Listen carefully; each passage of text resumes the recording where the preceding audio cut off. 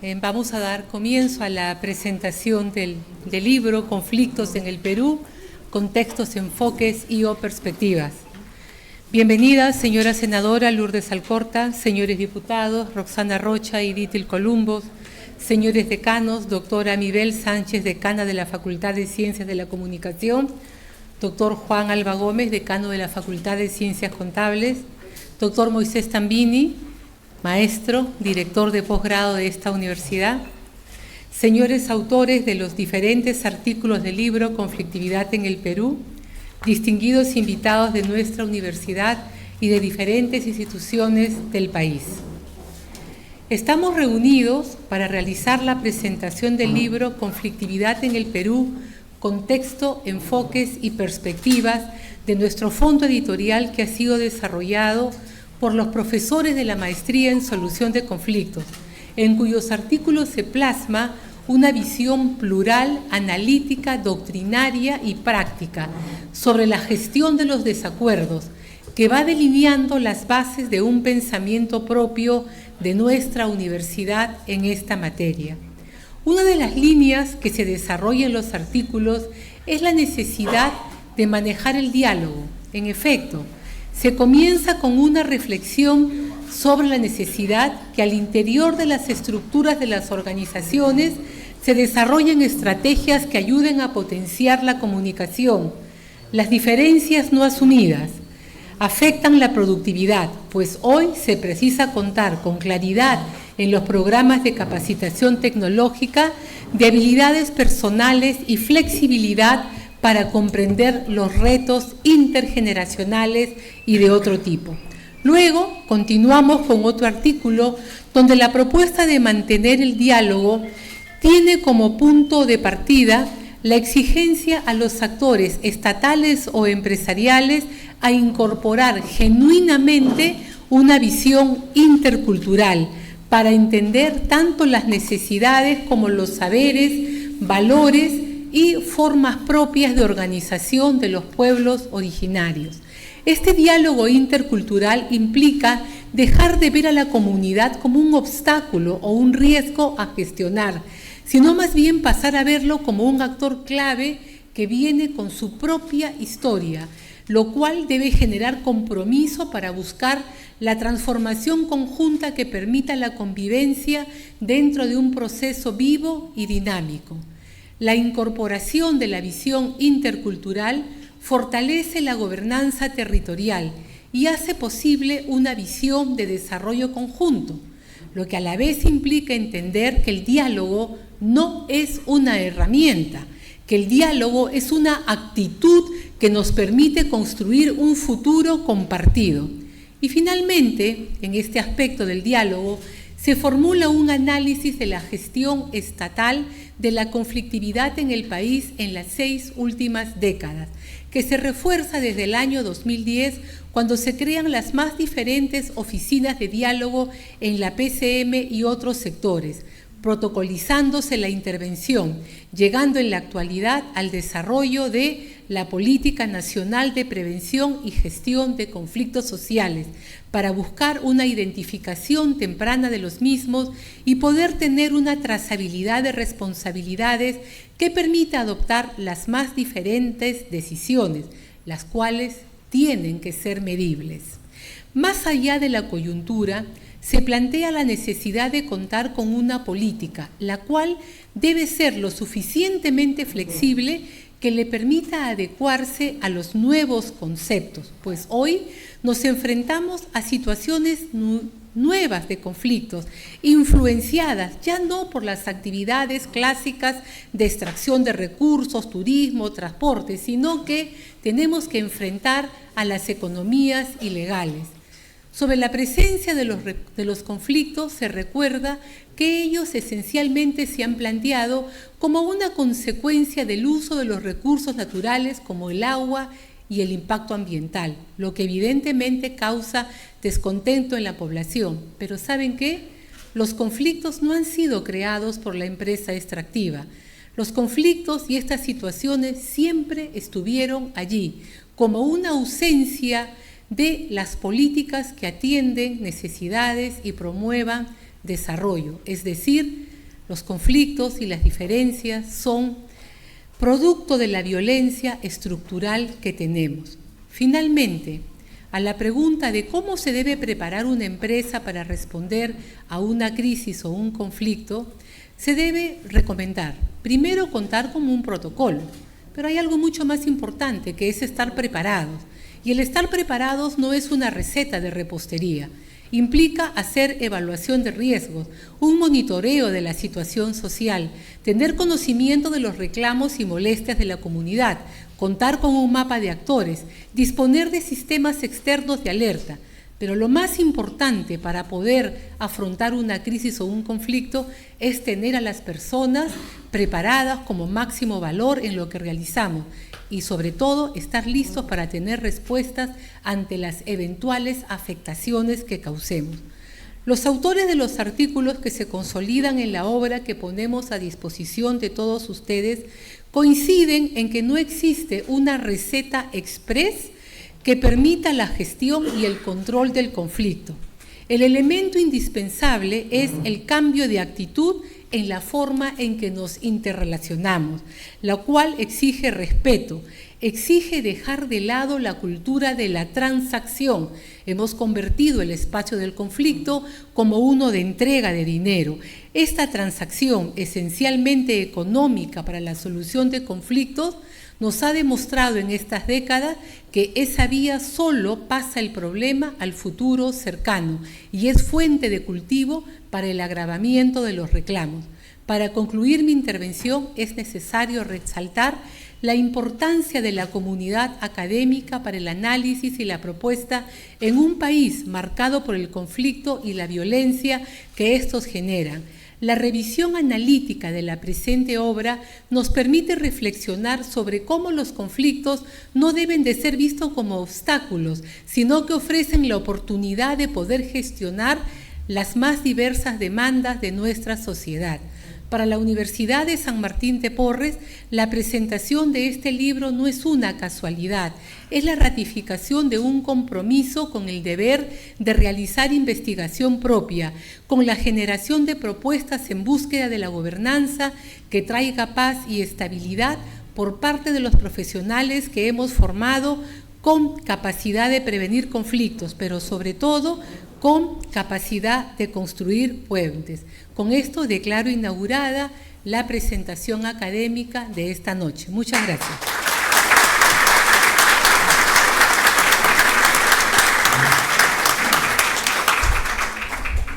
Como me han sentado a dirigir la mesa, me voy a tomar una licencia no prevista en el programa, y es hacer un comentario. Este libro que hoy presentamos no solamente son unas cuantas personas que han correteado conmigo en los últimos meses para hacer la reflexión. Los 4 señores panelistas que tenemos en la mesa han sido alumnos de la universidad en la maestría en solución de conflictos, al igual que otro grupo que está acá acompañándonos. Adicionalmente, 3 de ellos son profesores en la maestría en solución de conflictos. Y hoy son mis compañeros de pensamiento en esta publicación, que será la primera. Ya vendrá la segunda con casos muchos más prácticos. Así que para mí este libro es el completar el circuito académico que la vida exige en una universidad.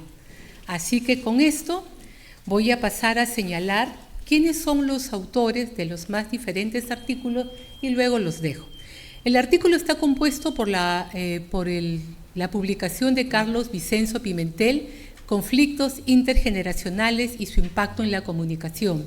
El de Cecilia Quiroz Pacheco, Valor estratégico y ético del diálogo intercultural.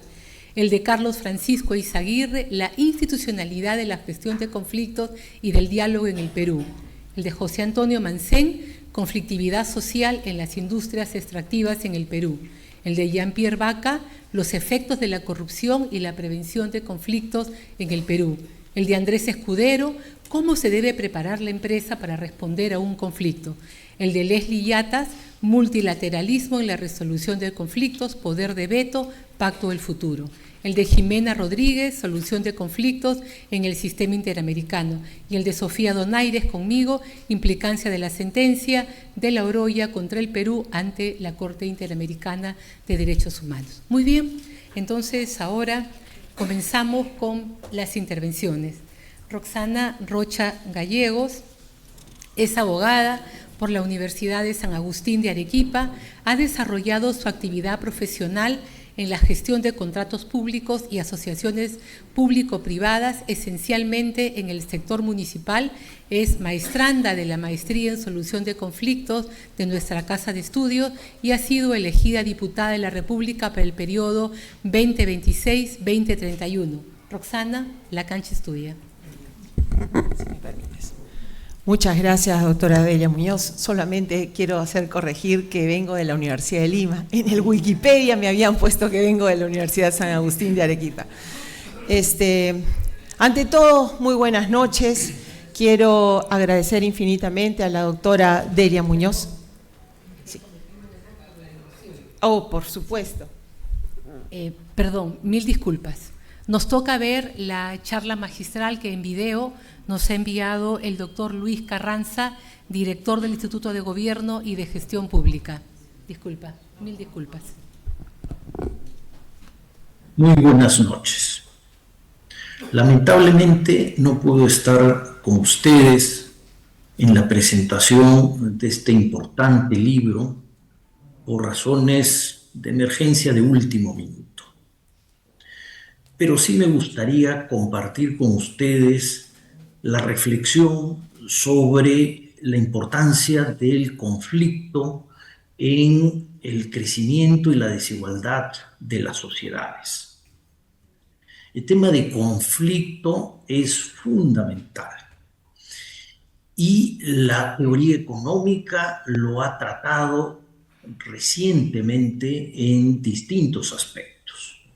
Yo vengo estudiando el tema de la relación de crecimiento y desigualdad desde hace unos años y tenemos algunos avances preliminares sobre la importancia de las buenas políticas para evitar conflictos y que esto genere una relación positiva entre mayor crecimiento y menor desigualdad en nuestras sociedades. Permítanme compartir con ustedes una presentación.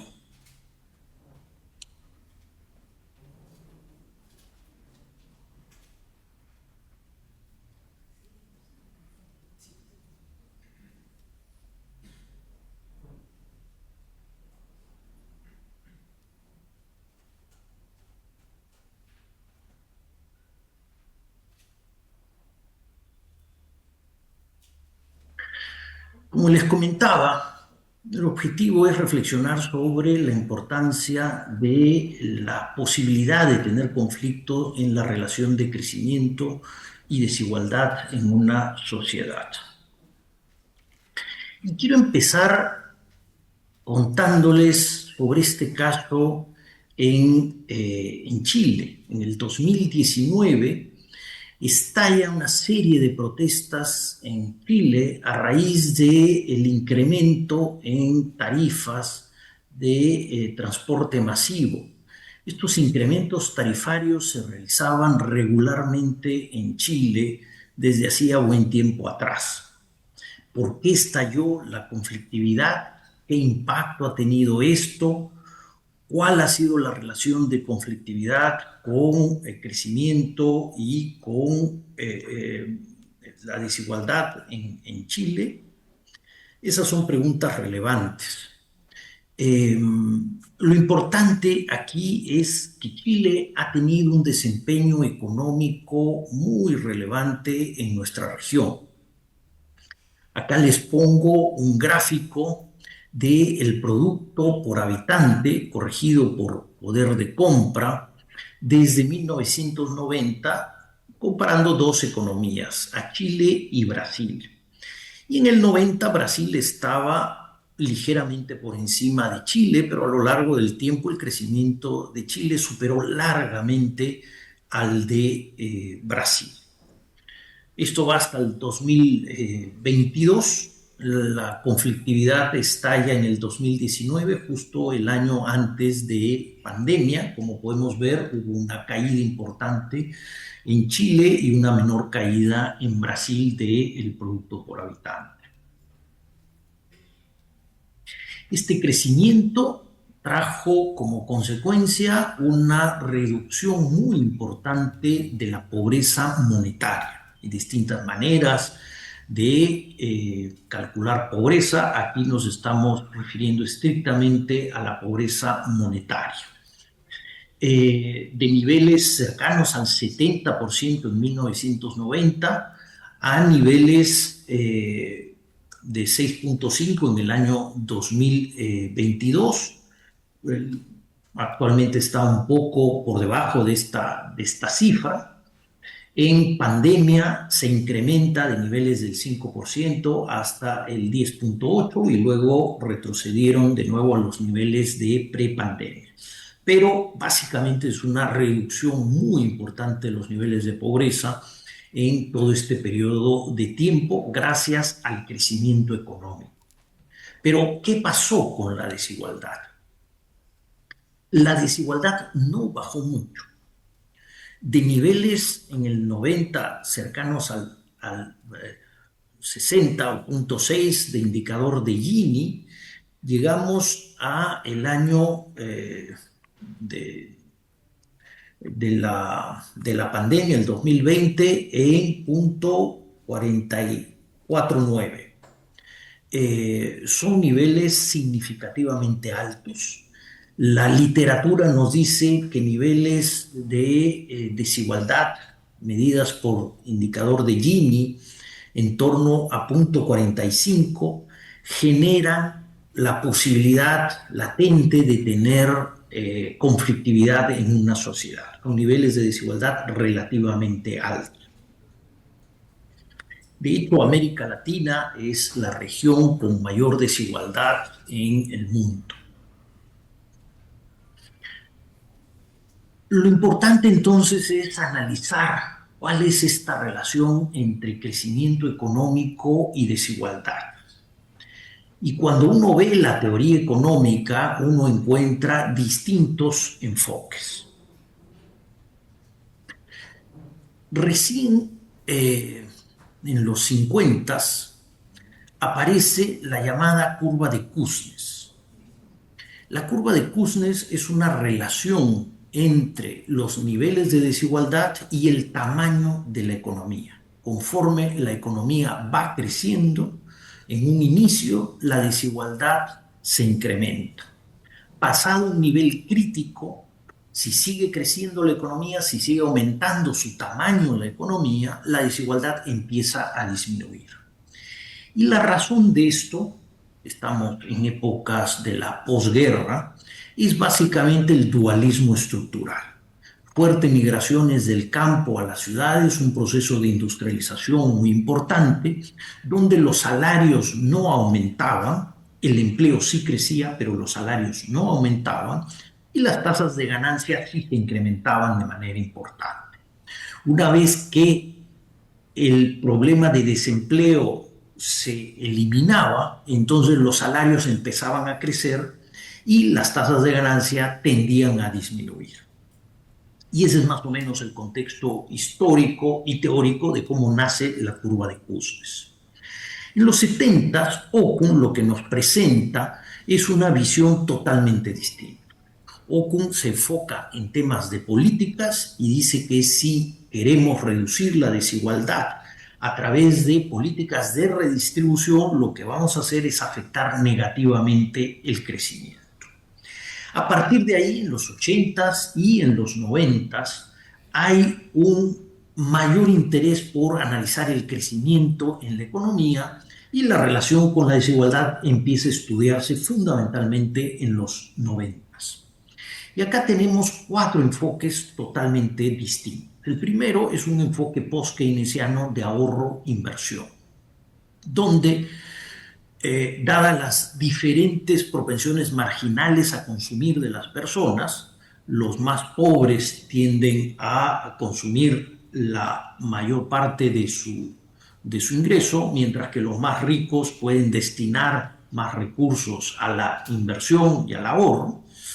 Si tenemos desigualdad, vamos a tener entonces una fracción de gente que tiene mayor posibilidad de invertir y ahorrar en la economía. Entonces, mayores niveles de desigualdad van a promover el crecimiento económico. Luego tenemos el enfoque de cambio tecnológico. Esto ocurre básicamente en estudios de los 90 y en el 2000. El cambio tecnológico impulsa fuertemente el crecimiento económico, pero genera mayor desigualdad. Y la variable, el indicador para medir esto básicamente es los diferenciales entre salarios calificados y no calificados que tienden a incrementarse. La pobreza cae en los países, pero la desigualdad se tiende a incrementar. Después tenemos un enfoque de economía política en el cual hay dos visiones totalmente distintas. Primero, ante mayor desigualdad, va a haber una elección donde se elegirán a los partidos políticos que propongan mayores impuestos. Y estos impuestos, usados en inversión de gastos de capital, educación y salud, van a generar en el largo plazo un mayor crecimiento económico. Luego está el otro enfoque en el cual, siguiendo un poco la línea de Okun de los 70, nos dice que si el votante mediano escoge efectivamente estas posiciones políticas con mayores tasas de impuestos, lo que va a ocurrir es un efecto negativo sobre el crecimiento económico, afectando la inversión privada y disminuyendo entonces el crecimiento en el largo plazo. Y finalmente tenemos los análisis que miran los balances, los activos de las personas. Y entendiendo que existen restricciones crediticias, si nosotros tenemos una mejor distribución de activos, es decir, menor desigualdad, ya enfocándonos en el lado de los activos de las personas, vamos a tener mayor acceso a crédito porque tienen mayor capacidad de garantía y esto va a potenciar el crecimiento económico en el largo plazo. Un punto importante a resaltar aquí es que el hecho de una distribución más igualitaria de activos que implique mayor posibilidad de endeudamiento y por lo tanto mayor inversión, no implica que una política de redistribución de propiedad genere los incentivos para invertir, todo lo contrario. Entonces, políticas de redistribución de activos lo que generan en la práctica es un efecto negativo sobre el crecimiento. Ese es más o menos el contexto de la teoría económica en el análisis de la relación entre crecimiento y desigualdad. El foco que nosotros queremos darle es poner el peso en las políticas. Hay relaciones dinámicas entre estas variables, crecimiento y desigualdad, pero son variables que están al final de todo el proceso de la dinámica económica, política y social de los países. Entonces el foco básicamente está en entender que las políticas económicas pueden promover el crecimiento si son buenas políticas y tenemos políticas sociales que deben evitar que la desigualdad se incremente, aumentar, apostar por el capital humano, por redistribución de ingresos y esto va a generar unas relaciones positivas entre estas dos variables de crecimiento y de desigualdad. Punto muy importante es entender los modelos tradicionales en economía. Las personas tienen utilidades que dependen de sus niveles de consumo. Y en este caso concreto, el modelo tradicional lo que nos dice es que la utilidad de la persona depende fundamentalmente de su nivel de consumo individual. En el modelo que nosotros presentamos en un artículo en la revista de la Universidad San Martín de Porres, Gobierno y Gestión Pública, en el año 2023, cambiamos esta visión tradicional y ponemos la utilidad del individuo en función no solo del consumo individual, sino también del consumo relativo. ¿Qué quiere decir esto? Que si mi consumo permanece constante, en la visión tradicional mi utilidad permanece constante. En esta nueva visión, en el modelo modificado, hay que ver qué está pasando con el consumo relativo. Si el resto de la sociedad le va muy bien y aumentan su consumo, mi consumo relativo va a caer. Es decir, yo consumo lo mismo, pero mi vecino está consumiendo más. Y por lo tanto, mi utilidad disminuye. Entonces, al tener caída en utilidad, la posibilidad de entrar en conflicto es mayor, porque yo como persona estoy peor que antes. Las raíces teóricas de tomar en cuenta el consumo relativo viene de toda esta discusión sobre cómo modificar las funciones de consumo que tenemos con Duesenberry en los 40, ¿no? Y toda la visión de consumo intertemporal que también entra en esta discusión de la función consumo, que es pieza fundamental de toda la teoría keynesiana, que es la base del análisis económico desde los 30 hasta los 70. Y entonces lo que nosotros tenemos es que la desigualdad puede generar impactos negativos en crecimiento a través de dos canales. El primero es este canal de economía política de votación, que es el canal que yo analizo en este artículo del 2023, en el cual la población no vota por reformas que promuevan el crecimiento, simplemente porque su consumo relativo no va a mejorar. Y entonces, al estar en peores condiciones, su votación no está a favor de las reformas. En ese escenario, tener, junto con las reformas que promueven el crecimiento, reformas que promueven redistribución, es decir, subo los impuestos con este mayor crecimiento y redistribuyo esto para generar mejores condiciones de bienestar social a la población, terminan siendo positivas para el crecimiento económico. Es decir, estamos totalmente en la otra orilla de lo que planteaba Okun y esta línea de economía política que ve los impuestos y la redistribución como algo negativo para el crecimiento de la economía. El tema ya no viene por capital humano, el tema viene básicamente por buscar consensos para promover reformas pro crecimiento.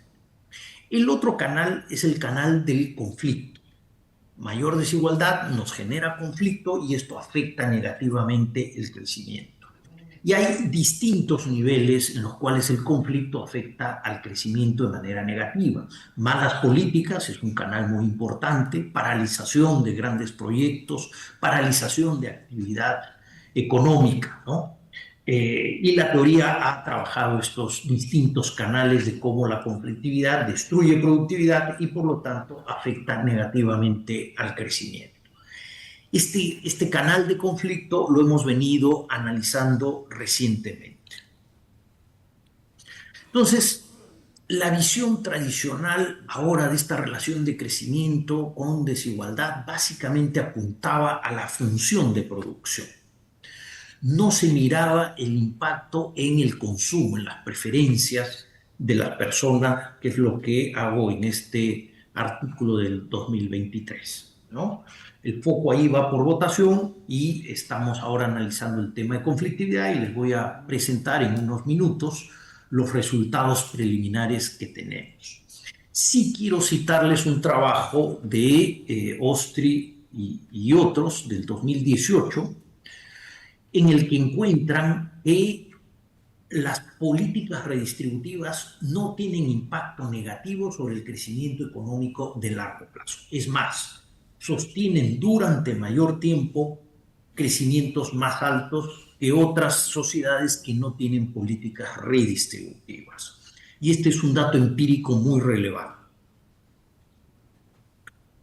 Para analizar cómo el conflicto afecta la relación de desigualdad y crecimiento, empezamos con esta cadena causal. Primero, desigualdad lleva a conflicto, y ahí tenemos varios artículos científicos que han explorado esta relación. Y luego, el segundo canal es del conflicto hacia menor crecimiento. Y también tenemos una serie de artículos que exploran esta relación. ¿Y qué encontramos nosotros en este modelo dinámico calibrado de manera preliminar? Todavía tenemos que hacer algunos ajustes. Nuestra economía base, que son las dos primeras columnas, podemos utilizar el supuesto de que con desigualdad vamos a tener conflicto, y el otro supuesto en el cual no se presentaría conflicto. ¿Okay? Entonces, si entendemos que alta desigualdad va a llevar a conflicto, nosotros vamos a tener un producto de 100, porque la mayor conflictividad reduce la productividad y vamos a producir menos. Salarios y bienestar también lo fijamos en 100 como punto de comparación. Nuestro coeficiente de Gini terminaría estando en 0.565, un nivel alto, ¿no? La variable crítica que aquí estamos tomando es un coeficiente de Gini de 0.5. Cualquier cosa por encima nos genera posibilidad de conflicto, cualquier cosa por debajo elimina la posibilidad de conflicto. ¿Qué pasa si en esta economía nosotros asumimos que no va a haber conflicto a pesar de tener niveles de desigualdad altos? Entonces, lo que va a ocurrir es que no tenemos este impacto negativo sobre productividad y nuestro producto está en 114. Es decir, tenemos un incremento de 14% frente al escenario con conflictividad. Interesante notar que el coeficiente de Gini baja. No lo suficiente, pero baja relativamente frente al caso de conflictividad. Salarios mucho más altos y nivel de bienestar social mucho más alto. Entonces, aquí es cuando viene la contribución de este artículo que estamos trabajando. Y es, ¿qué pasa si asumimos que sí tenemos conflicto con alta desigualdad, que tenemos que tener políticas redistributivas, a pesar de que los impuestos generan menor impacto sobre inversión, pero también reducen la posibilidad de conflicto? Y entonces, al hacer este análisis, lo que tenemos es un nivel de desigualdad que baja respecto al punto crítico de 0.5, está en 0.473. El crecimiento es mayor a nuestro escenario base en un 8%, estamos no en 100, estamos en 108. Y lo interesante es ver que los niveles salariales están en 120 y el nivel de bienestar está en 26%. Es decir, el salario aumenta un 20%, y el nivel de bienestar de la sociedad en un 26%. Menor crecimiento que en el caso en el cual no hay conflicto, no es 114, sería 108, pero lo relevante es que sí vamos a poder impulsar la reducción de desigualdad y por lo tanto el mayor crecimiento. Algún análisis sobre los datos peruanos, y acá quiero compartir con ustedes un par de relaciones, ¿no? Aquí mido la desigualdad, que es la variable que estamos midiendo aquí, como la relación entre el cuartil más alto y el cuartil más bajo. Ya no es Gini, sino miro el cuartil más rico y versus el cuartil más pobre. Y un aumento del gasto público lo que nos genera es un incremento de la desigualdad en los primeros periodos. Es decir, nuestras políticas fiscales de gasto en Perú no reducen la desigualdad, la incrementan tomando esta medida. ¿Y qué ocurre si tenemos un impacto en términos de intercambio? Aquí no hay una mayor variación en los niveles de desigualdad. Las líneas rojas son los intervalos de confianza que básicamente nos dicen que esto está en 0, ¿no?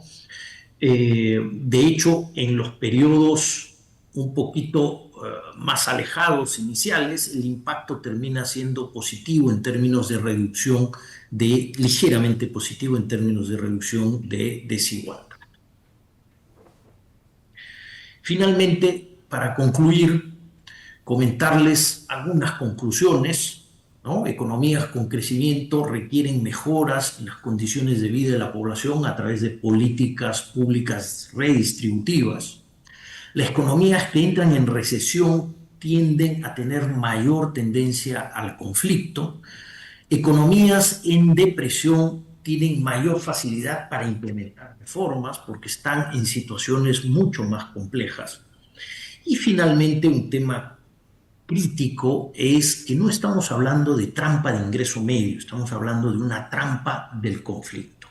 Altos niveles de desigualdad generan posibilidad de conflicto y esto impide el crecimiento.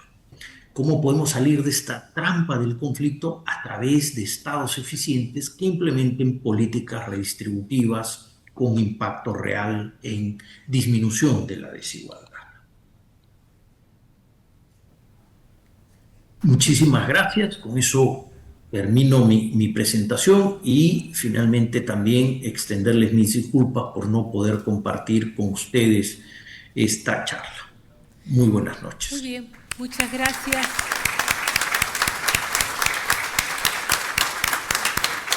Y bueno, continuamos con la discusión de la gobernanza, el manejo del conflicto, y qué interesante saber que los economistas se están interesando también por la medición y las causas. Y estas cosas que Galtung, cuando uno lee la filosofía del conflicto, él habla mucho de las brechas que le llama violencia estructural.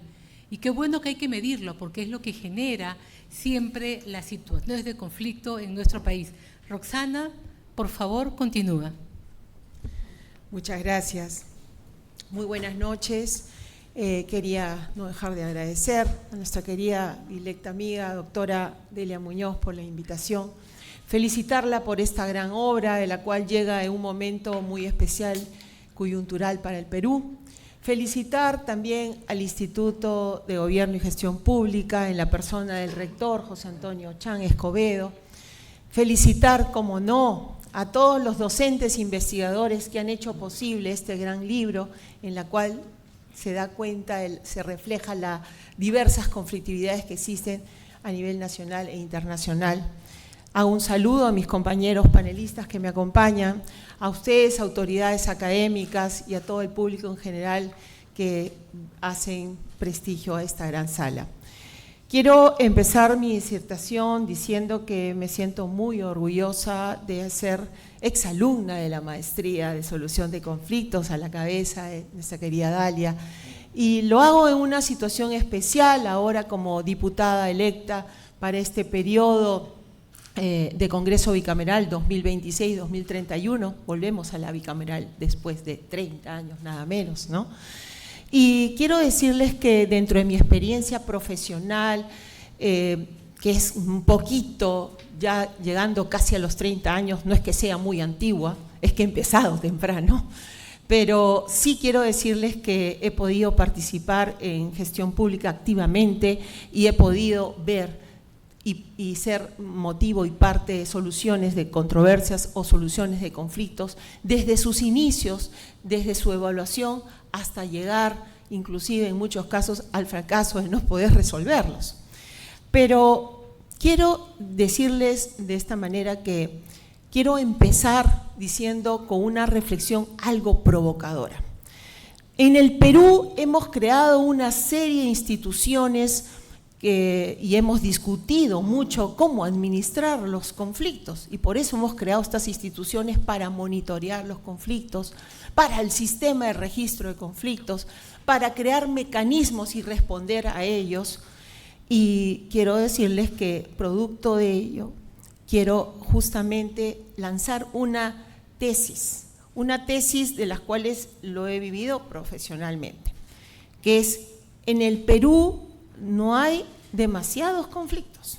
En el Perú existen pocas instituciones capaces de resolver los conflictos. Y esto lo digo básicamente porque mi impresión, y esto lo voy a poder decir con una pregunta que a veces no nos hacemos, ¿por qué en el Perú se generan o se siente que se generan muchos conflictos? Creo yo que la discusión de fondo en todo esto es porque cuando las instituciones que nos representan justamente no cumplen justamente con su función de representar. Pero si pasa lo contrario, cuando sí lo hacen, los conflictos disminuyen. Cuando las instituciones generan confianza, los conflictos disminuyen. Cuando las instituciones llegan a tiempo, también los conflictos disminuyen. Y cuando las instituciones sí funcionan, la conflictividad deja de convertirse en crisis. Bajo esa convicción, yo quiero plantear acá en esta sala 4 desafíos que es importante para poder entender la conflictividad en el Perú, que justamente ha sido desarrollado, abordado en esta gran obra, producto de los aportes de nuestros queridos docentes investigadores, que va a ser muy interesante que ustedes lo lean y lo mediten. El primer desafío de la cual yo he podido prever es que hay que recuperar la representación. Y para ello hago 2 preguntas. Una de ellas es, ¿por qué tantas personas sienten que para ser escuchadas tienen que protestar? ¿Por qué cuando una demanda es ignorada por años o por meses, solo logra su atención únicamente cuando estalla una crisis? La respuesta nos conduce justamente a una de las mayores fragilidades de nuestro sistema democrático, que es la crisis de representación. Tenemos millones de peruanos que muchas veces asisten a las instituciones y éstas no escuchan. Y si escuchan, su respuesta es tardía, es inexistente o inclusive es ineficiente. Es por eso que cuando nadie los escucha y para hacerse visible, ¿qué es lo que hace? Y esto lo vivo y lo he vivido en las instituciones que he trabajado, una de ellas en materia de transporte, como en mi calidad de presidente de Protransporte, cuando los transportistas nos bloqueaban las pistas, y es así que se hacen de notar. Pero cuando la población siente que tiene que bloquear una carretera para ser escuchada, el conflicto no se inició ahí. El conflicto es mucho antes. El conflicto empezó cuando la representación dejó de funcionar, cuando las instituciones dejaron de escuchar, y empezó cuando el ciudadano perdió la confianza en los canales democráticos. Por eso, la primera conclusión de este primer desafío es: cuando las instituciones dejan de representar, aparece el conflicto. Un segundo desafío es reconstruir la confianza en la gobernabilidad democrática. Los conflictos no surgen del vacío, de la nada. Los conflictos surgen justamente de contextos políticos determinados. En el Perú hemos vivido una serie de situaciones muy difíciles, de incertidumbre, de inestabilidad, de confrontación, de creciente desconfianza de la ciudadanía hacia las instituciones públicas. Y cuando la confianza desaparece, la gobernabilidad se vuelve frágil. Sí, pero la gobernabilidad no depende de una sola persona, depende de muchas más personas. Depende de que los ciudadanos crean que las instituciones funcionan, cuando los ciudadanos creen que las reglas justamente también funcionan, cuando las instituciones son legítimas, y también depende cuando el Estado es predecible. ¿Qué pasa cuando las instituciones pierden esa legitimidad? Ahí se dan estos espacios donde la polarización gana estos espacios, la desinformación gana estos espacios. Pero también cuando alguien encuentra en el conflicto una herramienta política.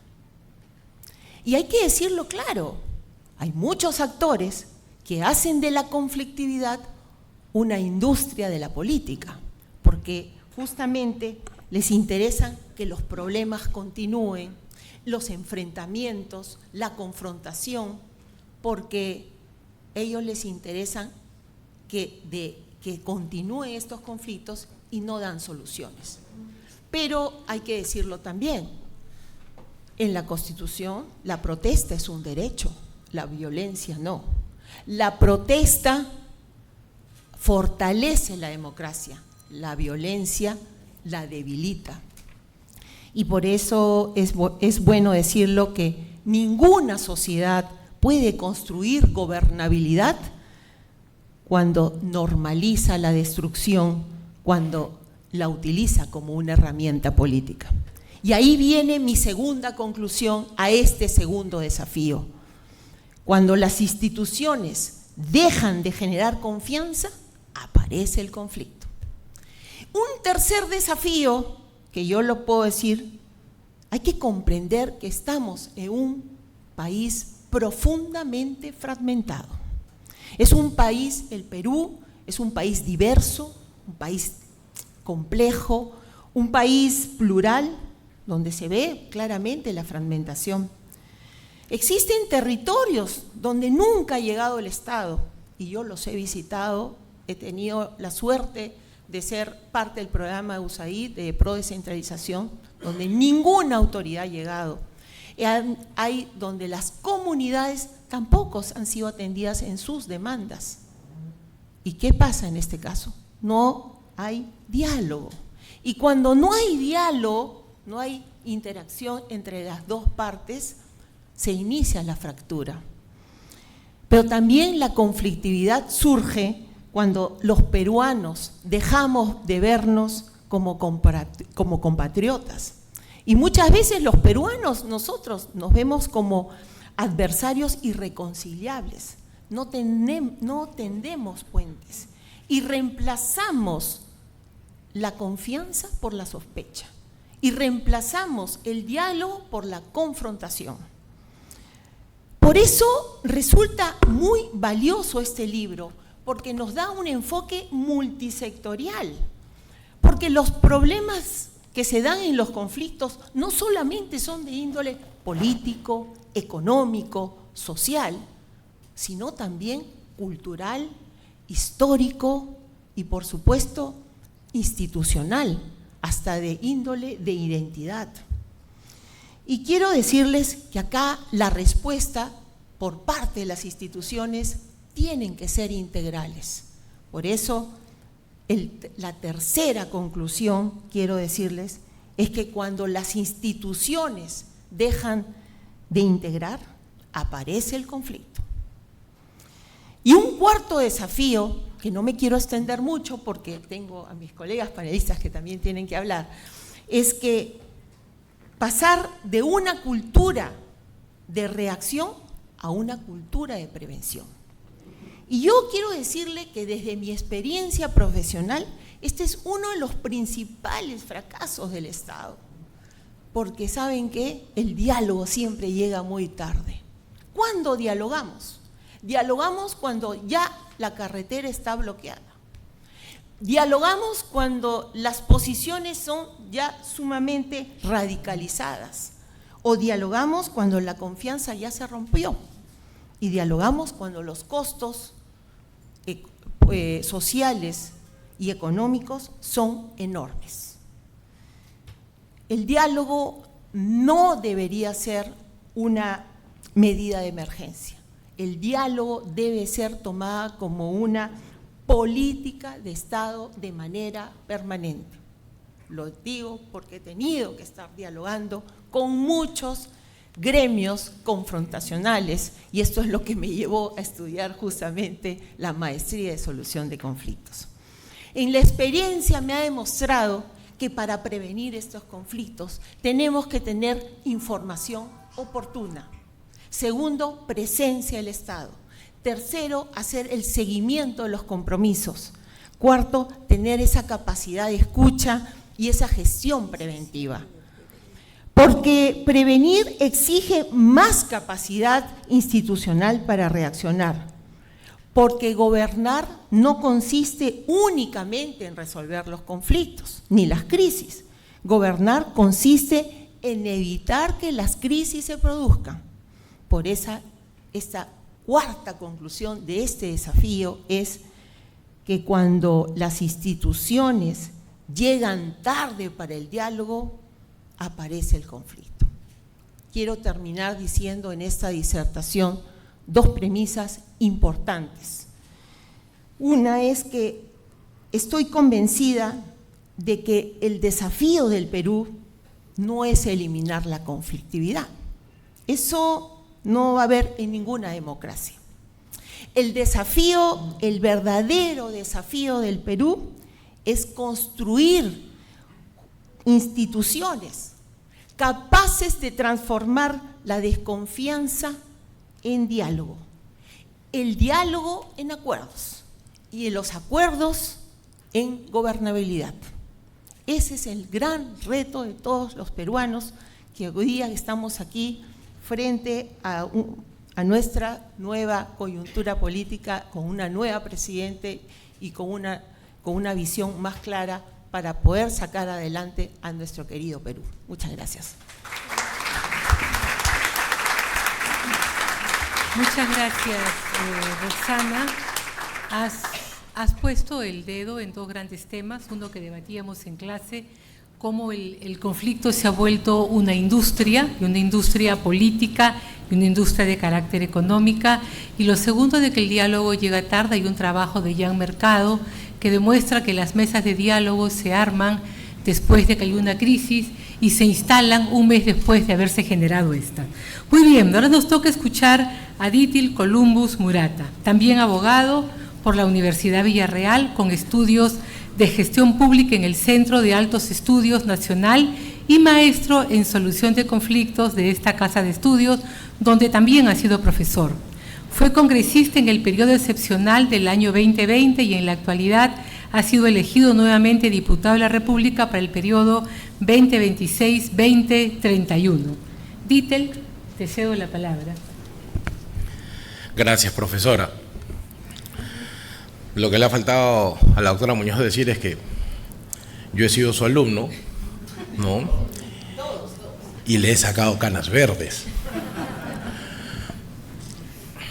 A mí siempre me decían, cuando estaba en el Congreso, qué buen lío has armado, compadre.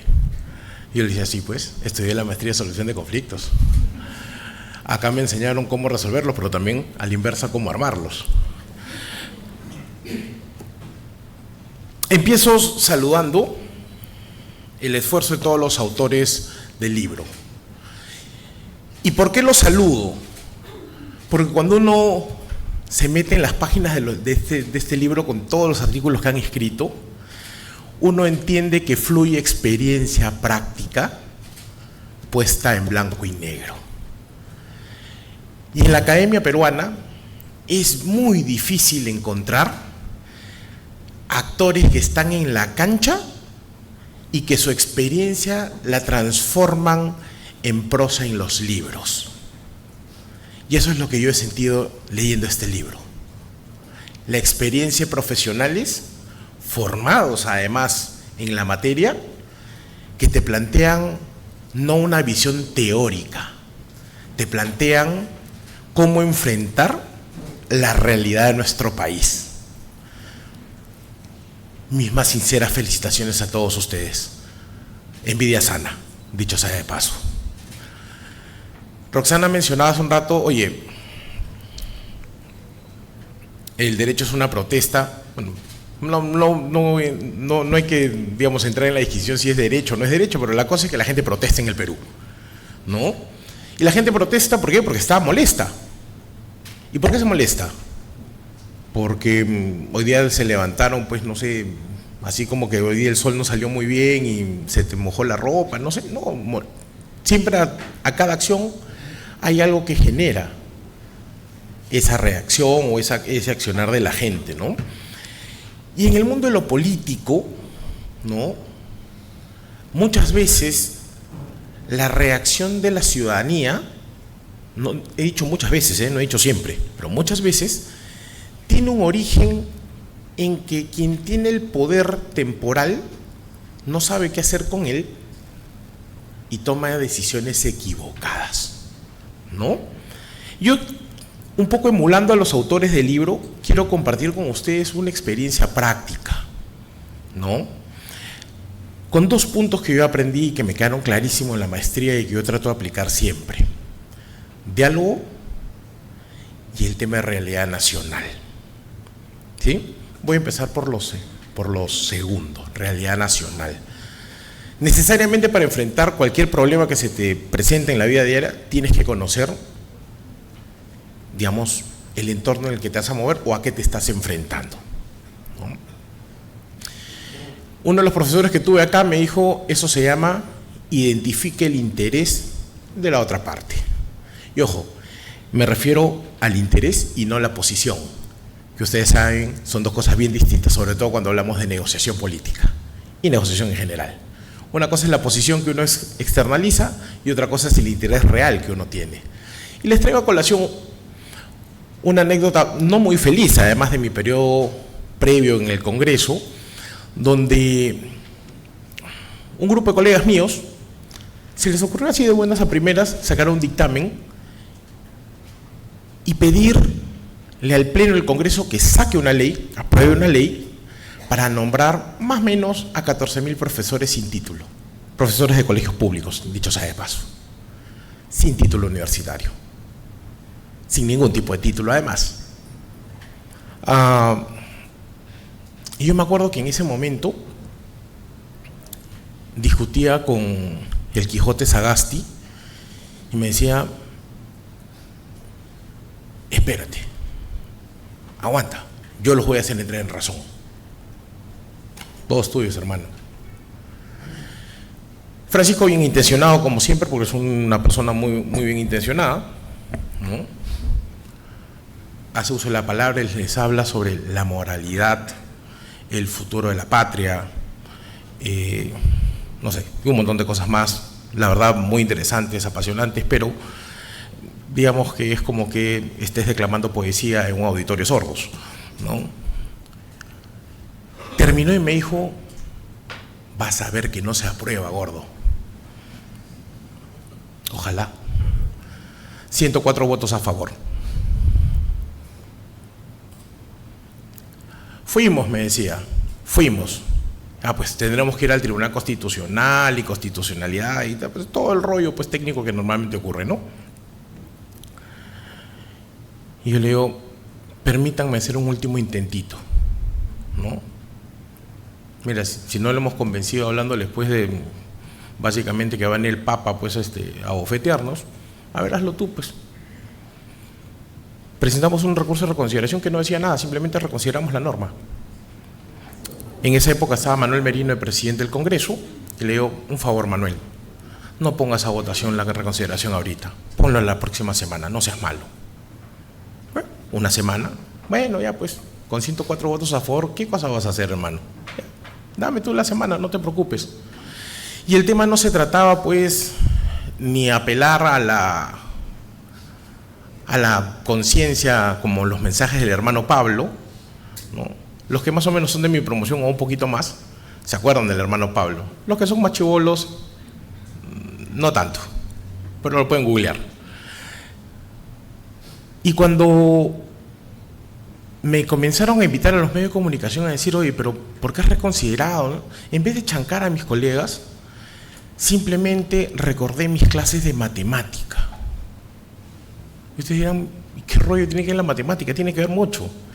Estábamos hablando de 14.000 profesores, ¿no es así? ¿Cuál era la posición que ellos habían esgrimido públicamente de por qué estaban aprobando la ley? respetar los derechos laborales de estos abnegados profesores. Esa era la posición. El interés no era ese, estábamos a puertas del proceso electoral. ¿Sí? Creo que queda claro cuál era el interés. Teniendo claro el interés, yo les hice una contrapropuesta. 14.000 versus 6 millones. 6 millones de escolares de colegios públicos. Si tienen padre o madre, 12 millones de personas que votan. Si me guío del ENAJO, que es, digamos, un promedio de 3 adultos por familia, 18 millones de personas. Yo no tuve que explicar mucho, simplemente es poner números. Llegó la semana siguiente y, oh maravilla, todos escucharon al Quijote, todos reflexionaron y todos votaron a favor de la reconsideración. ¿Por qué? Y salieron todos a declarar a los medios, sobre todo los que cambiaron su voto. ¿Y saben cuál fue el discurso? Hemos reflexionado por el bien de la patria. Yo dije, qué bacán, todos tenemos conciencia, ¿no? Pero lo real es de que puse en práctica lo que yo aprendí acá, que era entender cuáles son los reales intereses que se mueven detrás de cada cosa, para que sobre la base de eso yo pueda establecer un escenario más parejo de negociación. Y la doctora Muñoz me enseñó algo bien interesante, ¿no? Oye, ¿no te gusta a ti el método Harvard? Y decía, sí, pero es bien complicado que ese win-win, o sea, siempre alguien va a perder, pues. Y alguien de fuera del país me decía, es que el ganar no necesariamente es algo, digamos, tangible, sino en política, darles la oportunidad de salir airosamente de una situación caótica que ellos han generado. Todos tuvieron la oportunidad de decir, hemos reconsiderado por el bien de la patria y bien por ellos. Yo sigo creyendo que lo hicieron por el bien de la patria. A mí solamente me tocó ser un instrumento de la voluntad del Señor, ¿no? Entender los intereses. Y ya con esto voy acabando. Y el diálogo, ¿no? El diálogo es importantísimo, sobre todo en un congreso nuevo que viene, ¿no? En donde básicamente estamos partidos a la mitad, ¿no? Pero para dialogar necesitamos aprender a comunicar adecuadamente. Y tenemos que saber adecuar el nivel de nuestra comunicación en función al interlocutor con el que estamos tratando de conectar, porque si no, no vamos a poder llegar a consensos, menos a dialogar, ¿no? Yo lo pongo siempre lo uso en este ejemplo con los chicos de la universidad, ¿no? En el año 2008, yo era funcionario en una municipalidad y el presidente García llegó a visitarnos, ¿no? Porque estábamos inaugurando unas obras, que a propósito que había impulsado el gobierno del presidente García. Yo tuve el desliz, pues yo estaba en la plana de los funcionarios que estaban acompañando en esa oportunidad al alcalde y que venía el presidente, y tuve el desliz de decir, carambas, qué paja, señor presidente. Los que son de mi generación entienden qué significa qué paja, ¿no es así? A pesar de que era el presidente de la República, el presidente volteó, sonrió y me dijo, ahora imagínense el mismo escenario en febrero de este año. ¿Se imaginan el laberinto que se hubiese armado que yo le diga a ese presidente en funciones en febrero de este año, qué paja, señor presidente? Tranquilamente hubiese sido destituido y hubiese sido un meme mundial la situación, ¿no? Mismo mensaje, contextos distintos, interpretación distinta. Para poder lograr consensos necesitamos tener en claro con quién estamos hablando y qué mensaje queremos dejar. Conocer la realidad implica también, ¿no?, saber un poco modular tu lenguaje para poder conectar con esas personas, ¿no? Porque si no, termina siendo baneado. Y todo el esfuerzo que hagas se va al traste. Eso es lo que yo quiero compartir con ustedes a propósito de esta lección que los autores del libro me dejan. Una vez más, felicitaciones. No es fácil transformar experiencia práctica en artículos, en trabajos académicos bien planteados. Muchísimas gracias. Muchas gracias, Dittel. Dittel, en la fabulosa historia que ha contado, no ha hecho sino un resumen de lo que es la teoría de Nance sobre el diálogo, que dice que siempre debajo de cada derecho, de cada reclamo, hay una cobertura social o política y que uno tiene que aprender a manejar y despejar esas coyunturas para que pueda llegar al centro de la cuestión y el conflicto sea completamente manejable. Y nos recuerda que en Conflict Resolution muchas veces cuando se pierde, se gana. Muchas gracias, Dittel, por tus reflexiones. Y ahora le toca el turno a Cecilia Quiroz. Cecilia, y es ya la sección de los antropólogos, ¿no? Cecilia Quiroz estudió esa carrera en la Pontificia Universidad Católica del Perú. Es también maestra en solución de conflictos por esta casa de estudios, donde se desempeña como profesora. En la actualidad es gerente del Departamento de Relaciones Comunitarias de Petroperú. Cecilia, adelante. Muchas gracias, doctora Delia. Agregar también que, además de haber estudiado antropología, soy abogada graduada de la Universidad Católica Santa María en Arequipa. Mi origen es arequipeño, entonces. Yo quería comentarles de este libro, que para mí es bastante grato, porque constituye un aporte muy valioso, como bien ha señalado Dittel, desde la práctica, porque nos permite mirar la conflictividad peruana más allá del momento de la crisis. Cuando hablamos de conflicto, nosotros nos situamos frente al recuerdo del bloqueo, de los muertos, nos situamos frente a la situación de crisis y olvidamos que el conflicto se ha gestado mucho tiempo antes.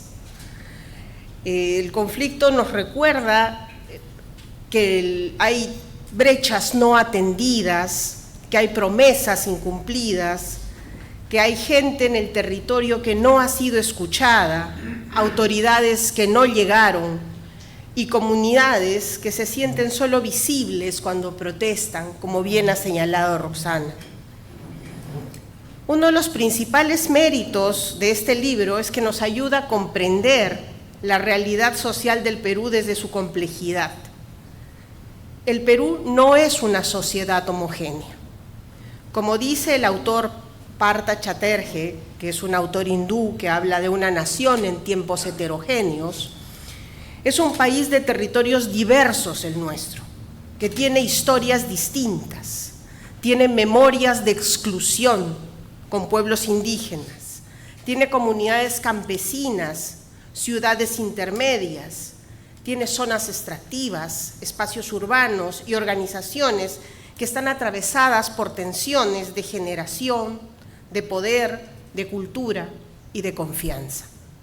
Por eso gestionar conflictos no solo es administrar una mesa, como bien señaló en algún momento a mi querido amigo Pepe Mansen, o levantar un acta. Gestionar conflictos exige comprender el tejido social donde los conflictos nacen. Y es allí donde el enfoque intercultural, en el que yo me he especializado por mi trabajo con comunidades nativas, desarrolla esta obra de una manera bastante importante. En muchos espacios, el conflicto no surge solo por la presencia de una empresa o por una obra o una decisión administrativa. Surge porque existen formas distintas de entender el desarrollo. El tiempo, la autoridad y la relación con la naturaleza. Cuando estas diferencias no se reconocen, cuando se mira solo desde la realidad central, desde Lima, el diálogo se vuelve formal, pero no se legitima. Por esto este libro nos recuerda que la interculturalidad no es un complemento, es una condición indispensable para construir confianza. Otro aporte que yo rescato del libro es la mirada institucional. porque nos muestra que el Estado peruano ha aprendido a gestionar conflictos a partir de sus propias crisis.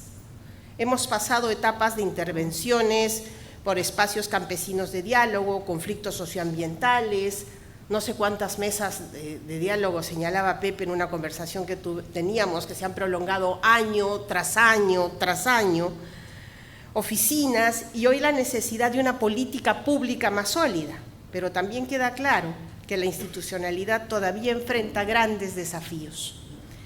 Necesita continuidad, necesita articulación, necesita presencia en el territorio, cumplimiento de compromisos. Hoy una amiga mía, la que estimo mucho en la oficina, me decía, no puede ser posible que la consulta previa del año 2015, celebrada con las 25 comunidades de las 3 cuencas del lote 192, de los 36 compromisos suscritos en las 3 actas, solo se haya cumplido 1. Y luego tenemos una segunda consulta previa suscrita en el año 2021, de los cuales no se ha cumplido un solo compromiso hasta ahora. Entonces necesitamos el cumplimiento de compromisos y el desarrollo de una capacidad preventiva. Y finalmente quiero señalar que el libro contribuye a cambiar una pregunta central, porque no podemos evitar los conflictos. Eso es algo que se ha dicho, el conflicto es inherente a la interacción humana. Lo que tenemos que aprender a construir, y recojo lo que ha dicho Roxana, es una sociedad capaz de procesarlos democráticamente. El conflicto no es una amenaza, es una oportunidad para corregir desigualdades, visibilizar demandas, mejorar políticas públicas y fortalecer la ciudadanía. En este sentido, la obra no solo estudia la conflictividad, nos invita a entender mejor el Perú. Si tuviera que resumir el aporte del libro en una sola idea, diría que nos enseña que la conflictividad es la puerta de entrada para conocer al país, sus brechas, sus silencios, sus demandas y también sus posibilidades. Leer los conflictos con seriedad, entendiendo la diferencia entre lo que es el interés y lo que es la posición, como bien ha señalado Dieter, no asumiendo que lo que dice la prensa siempre es lo cierto. No significa justificar la violencia, significa reconocer que detrás de cada tensión hay una realidad social que necesita ser comprendida antes de ser gestionada. Ese es, a mi juicio, el mayor valor de esta obra. Cerraré citando a Jorge Basadre como un homenaje a mi padre, historiador arequipeño Eusebio Quirós Pasoldán, y diré que el Perú sigue siendo un problema y también una posibilidad. Porque la conflictividad no aparece de una manera expresa en una crisis o desencuentro, sino que es una ventana para comprender las fracturas más profundas de nuestra sociedad. Las desigualdades territoriales, la ausencia histórica del Estado, la desconfianza institucional, la falta de reconocimiento intercultural, la falta de justicia y ciudadanía, revelan simultáneamente la posibilidad de escuchar, de transformar la protesta, convertirla en diálogo, de transformar las diferencias en reconocimiento y las crisis en aprendizaje democrático. En esa tensión entre el problema y la posibilidad se juega finalmente una parte esencial del futuro del Perú. Muchas gracias. Gracias Cecilia. Con ella todos en la maestría hemos aprendido lo que es el diálogo intercultural y el respeto que se debe tener cuando, sobre todo, una industria extractiva entra a una zona de operaciones donde hay un pueblo originario, porque la industria extractiva ve el río, el monte, como una oportunidad de inversión. Para la comunidad originaria es un lugar de vida, es un lugar de creencias, y el aprender a comprender a partir de esas diferencias que hay diálogos interculturales, no solamente con pueblos originarios, sino también entre nosotros, nos ayuda mucho a manejar las situaciones al interior de las instituciones. Y finalmente, Tenemos con nosotros a Carlos Eizaguirre.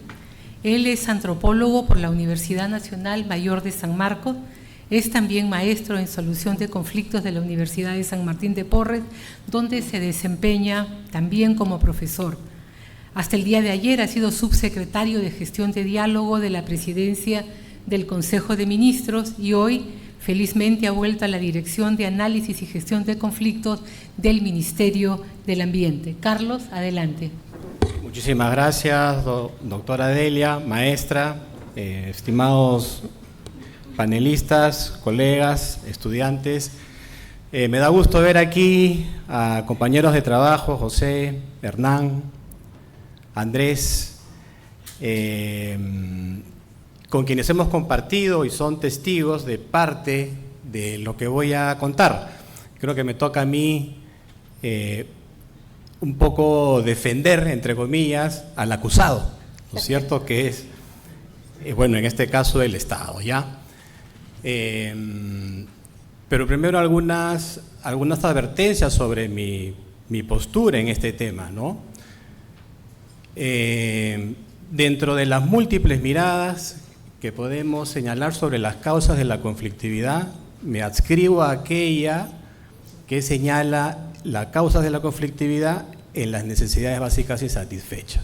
Es una responsabilidad absolutamente del Estado el tener que resolver los problemas de la gente y evitar cubrir, cerrar las brechas. Y el cierre de brechas se hace con políticas públicas, no se hacen de la nada, ¿ya? Y así como hay problemas para resolver conflictos en el país, no podemos dejar de reconocerlo, también tenemos problemas en salud, tenemos problemas en educación, y creo que ya los que me han antecedido me relevan de seguir caracterizando al Perú, su realidad, su desigualdad persistente, su discriminación también existente en algunas zonas, pero no todo es pesimismo, digamos, ¿no? Yo quiero contarles desde el Estado qué es lo que se ha hecho, ¿ya? Sin ánimo de ser triunfalista además, ¿ya? Porque la situación en la que nos encontramos yo sí creo que es bastante compleja.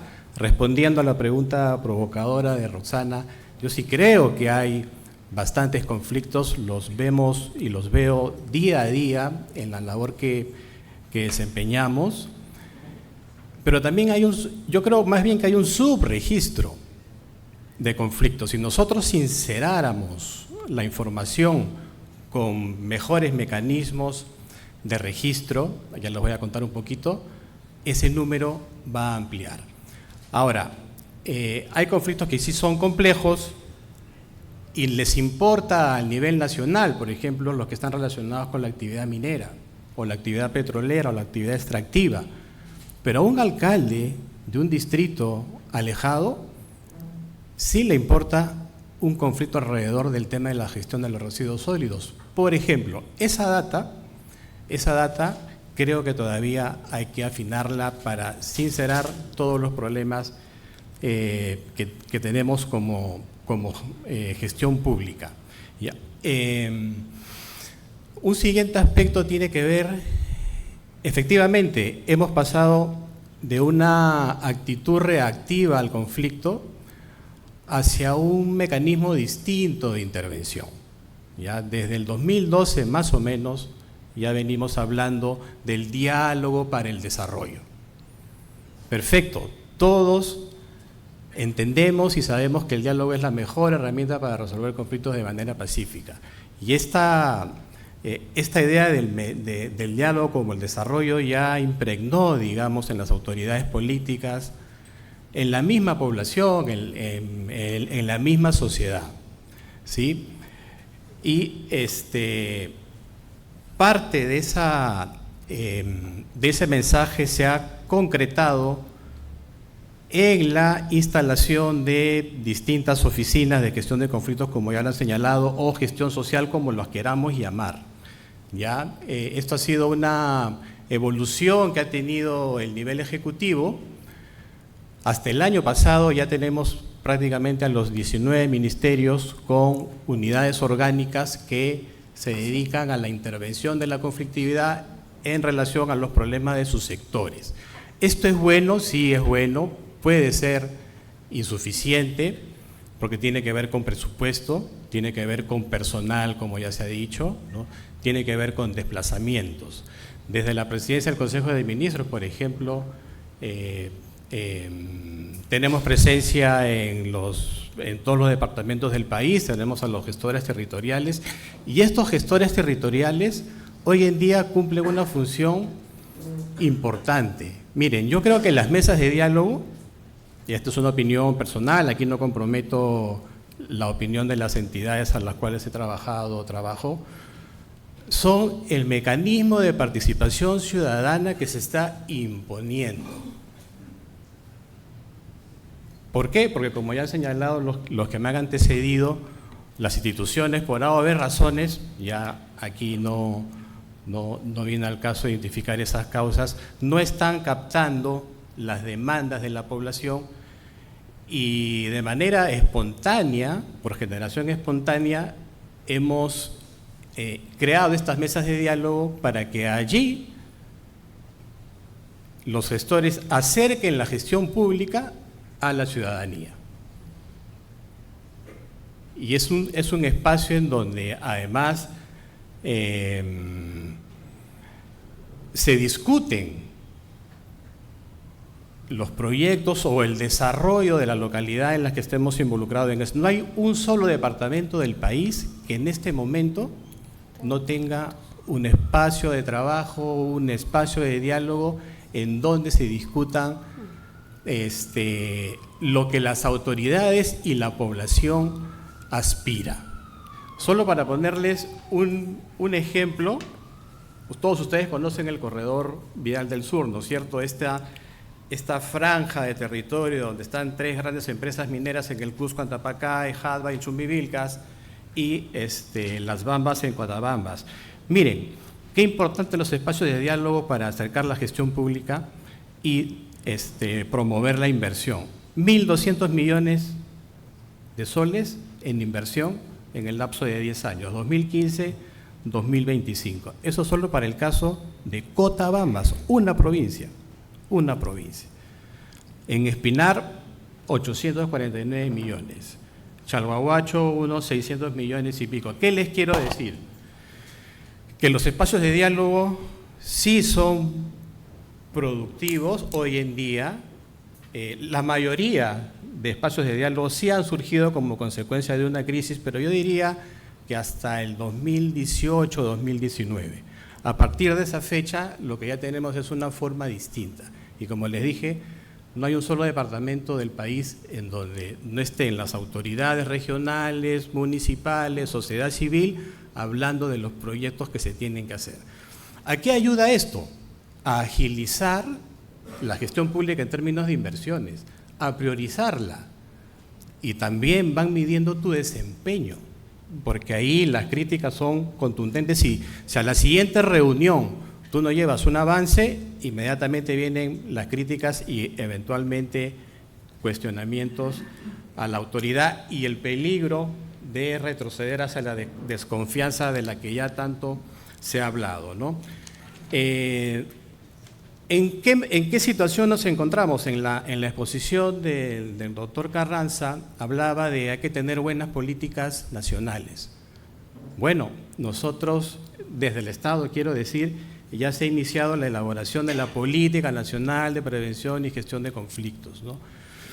Hay un grupo de trabajo que se ha establecido para ello con los principales sectores del Ejecutivo que se dedican en mayor proporción al tema de la gestión social. Hablo de infraestructura, carreteras, producción, Ministerio de Energía y Minas, tan importante para eso, ¿no? Y nos encontramos en la primera etapa, es decir, en la definición del problema público, y esto es todo un proceso que va a caminar, pero ya comenzó y va a terminar.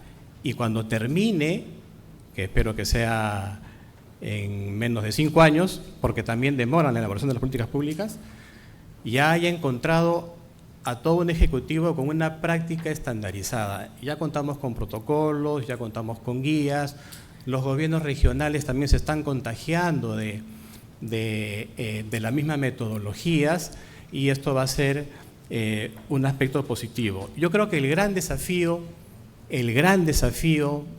en lo que viene es un tema. Nosotros estamos más acostumbrados a resolver conflictos entre empresas mineras, comunidades campesinas o problemas relacionados a la gestión pública, pero ya tenemos conflictos sociales por economías ilegales. Estas economías ilegales están conquistando varias partes del territorio peruano, no es ningún secreto, conversábamos con Andrés sobre el tema de Patás, y a raíz de Patás es que hemos ensayado un modelo de intervención, Andrés, en donde abordamos el tema de la minería también como un punto de agenda, pero también la inversión pública aquí al costado, ¿ya? Entonces hay una primera experiencia que estamos capitalizando porque minería ilegal hay en todas partes del país. Entonces, ese es el gran desafío para mí en los siguientes años. ¿Cómo resolver con las economías ilegales? No vamos a hacer mesas de diálogo, ¿no? Eso tiene otras maneras de tratarse. Hasta aquí me quedo. Muchísimas gracias. Muchísimas gracias, Carlos. Carlos ha hablado en nombre de los gestores públicos que han pasado por las aulas de la maestría en solución de conflicto y que siempre tuvieron que soportar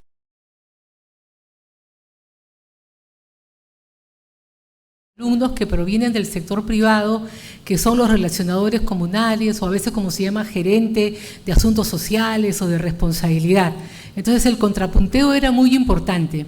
Y yo siempre les decía, aquí lo que tenemos que hacer es aplicar la teoría de Jean-Paul Lederach de los diálogos improbables o de los diálogos imposibles, que es aprender a conversar no con el que es mi amigo, no con el que me cae bien, sino que el diálogo que verdaderamente importa es con mi enemigo y con quien no piensa como yo, porque solamente ese diálogo es el que puede garantizar la paz y la sostenibilidad de un acuerdo. Con esto hemos terminado. Los invito a disfrutar de un momento de conversación afuera y muchas gracias a la Universidad de San Martín de Porres y al señor rector se me fue el nombre, José Antonio Chan, por haberme autorizado a conducir esta reunión en su nombre. Y también le agradezco la presencia del doctor Moisés Tambini, director de posgrado, quien apoyó a esta maestría desde sus inicios, lo mismo que a la señora Celinda Costa, que también siempre nos empujó. Muchas gracias.